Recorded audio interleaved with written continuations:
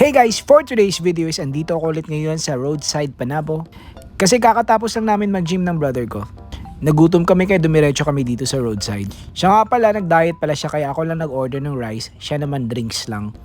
Ito pala yung order ko guys, breaded pork chop. First time kong kumain ito. Gusto ko kasi tikman lahat ng mga menus nila. Kaya paulit-ulit kami dito bumabalik. Pagod at saka haggard yung face ko guys, galing ng gym. Pero saan siya na? Cute pa din naman eh. Huy! Selfie lang muna tayo mag-isa. Naiya kasi yung kasama ko kaya eto. Sige, kunan mo lang ako ng picture. Ito pala yung kinain ko guys, oh. 'Di ba?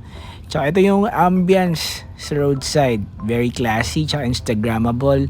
Pwede kayo dito mag-meet up ng mga friends nyo, meetings, and a lot of things to do here. The best place to chill, tsaka masarap yung mga food nila guys. So yun na, we're not gonna make it too long. So titikman na natin guys kung masarap ba. Pasko na pala dito may kumakanta guys. Ang sarap pakinggan ng mga Christmas songs nila.